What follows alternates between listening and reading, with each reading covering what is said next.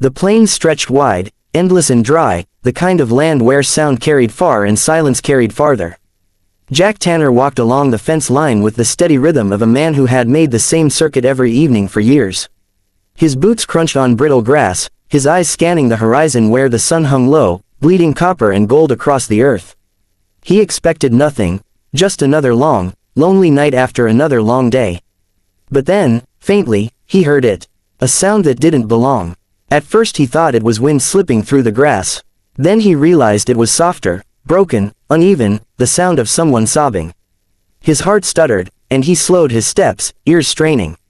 There, near the far fence where the land dipped and rose again, he caught sight of a figure stumbling in the dirt. Small, thin, fragile against the vast backdrop of the plains. Jack stopped dead. It wasn't unusual to see travelers cut across his property, peddlers, families pushing west, drifters chasing shadows, but this was no wagon-train settler or passing hand. It was a woman, alone, barefoot, her dress torn in half a dozen places, her long hair tangled, falling wild across her face. She moved like someone chased by ghosts, each step a fight against collapse. By the time Jack reached her, she was on her knees, trembling, clutching at something in her hand as though it were all that kept her tethered to life. He crouched in front of her, not touching, just close enough to see her face. She lifted her chin, and the fire in the sky reflected in her eyes, eyes wide and desperate, filled with terror and grief. I took it off," she whispered, her voice rasping as if she hadn't spoken in days. Her fist clenched tighter, then slowly opened. In her palm lay a broken silver chain, its clasp snapped. At the end of it dangled a simple band of gold, dull in the fading light. A wedding ring. Her lips trembled. She looked at him as though she needed him to understand, as though the weight of her life rested on those few words. "Please," she begged, tears slipping down her cheeks. "Don't send me back. Don't let them find me."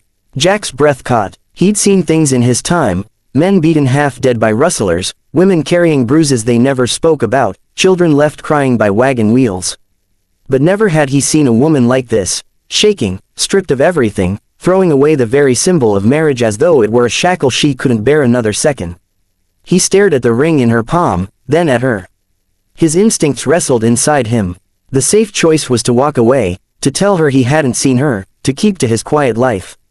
This wasn't his fight, and trouble had a way of coming hard and fast when you opened the door to it. Whoever she was running from would not let go easy. But he couldn't ignore the way she trembled. Couldn't ignore the way her hands shook as though she was trying to tear the memory of someone else's grip from her skin. She pushed the ring into his hand suddenly, her small fingers curling his rough, calloused palm around it. "Take it," she said, voice breaking. "I can't wear it, I won't." Jack looked down at the band of gold, heavy in his hand despite its size. It was just metal, but it seemed alive, humming with the weight of everything she wanted to leave behind.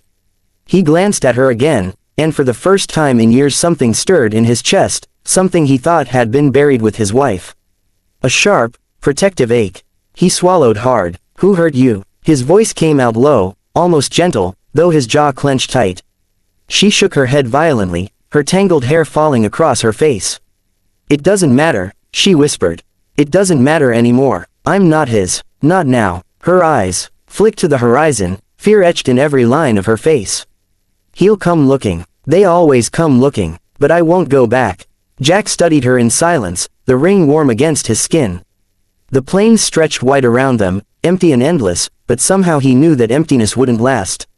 Someone would come. Someone always did. Yet here she was, on her knees in the dirt, trusting him with her last shred of hope. The sun slid lower, burning the edges of the world. Coyotes yipped in the distance, their cries sharp and lonely. Jack Tanner made no promises, spoke no grand words. He simply extended his other hand, palm open, steady and waiting. She hesitated, eyes flicking from his face to his hand, searching for judgment or betrayal. When she found none, she let out a trembling breath and placed her hand in his. Small, cold, fragile. Jack closed his fingers gently around it, holding without binding, steady without force. The ring pressed against his skin like a brand, reminding him with every heartbeat that the world had changed the moment he saw her stumble across his land. And for the first time in a long, long while, Jack Tanner stopped thinking about the safe choice. He thought only of the plea in her eyes, the broken chain in her palm, and the simple truth that he could not turn away. The sun dipped below the horizon, leaving them in twilight, two silhouettes against the dying light. One a rancher, hardened and alone. The other a woman, broken but not beaten, clutching the hope that somewhere out here, freedom still waited. Jack Tanner didn't sleep that night. The old ranch house creaked around him, the wind sliding through the shutters like a restless spirit, but it wasn't the familiar groans of the wood that kept him awake. It was her. The woman with haunted eyes lay curled beneath the wool blanket on his couch, her breathing soft and uneven, the faint glisten of tears still drying on her cheeks. Every so often, she twitched as if caught in some dark memory, whispering fragments of words that made no sense. Jack sat in his chair by the cold hearth, elbows on his knees, staring into the shadows. The gold ring sat heavy in his pocket, the broken chain beside it. He'd thought about throwing it into the fire, watching it melt down to nothing, but something in him resisted. It wasn't his to destroy. It was hers, a past she might need to bury in her own way. The lantern light flickered across her face, and Jack saw again the desperation in her eyes when she pressed the ring into his hand. He'd seen wild horses with that same look, cornered and half mad with fear but still defiant. Whoever had owned her before had broken her spirit until nothing but terror and survival remained. The thought curdled his stomach. When dawn broke, painting the land in pale gold, she stirred. Jack poured her a tin cup of coffee and slid it across the table without a word. She hesitated, her hands shaking slightly as she accepted it. He saw the dirt beneath her nails, the small cuts on her palms, the deep bruise near her collarbone. Each mark was a story she hadn't told. "What do I call you?" he asked finally, his voice quiet.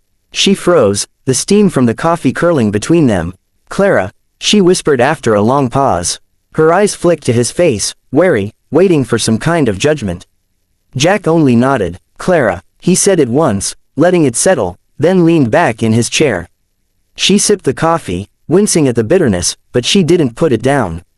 He noticed the way she kept glancing toward the door, her body tense, as if expecting it to burst open at any moment. Jack understood. Men like the one she'd run from didn't give up easy. "You can stay here a while," he said at last, his tone flat, practical, as if he were talking about mending a fence. "Safe enough on this land. Nobody comes out here unless they mean trouble."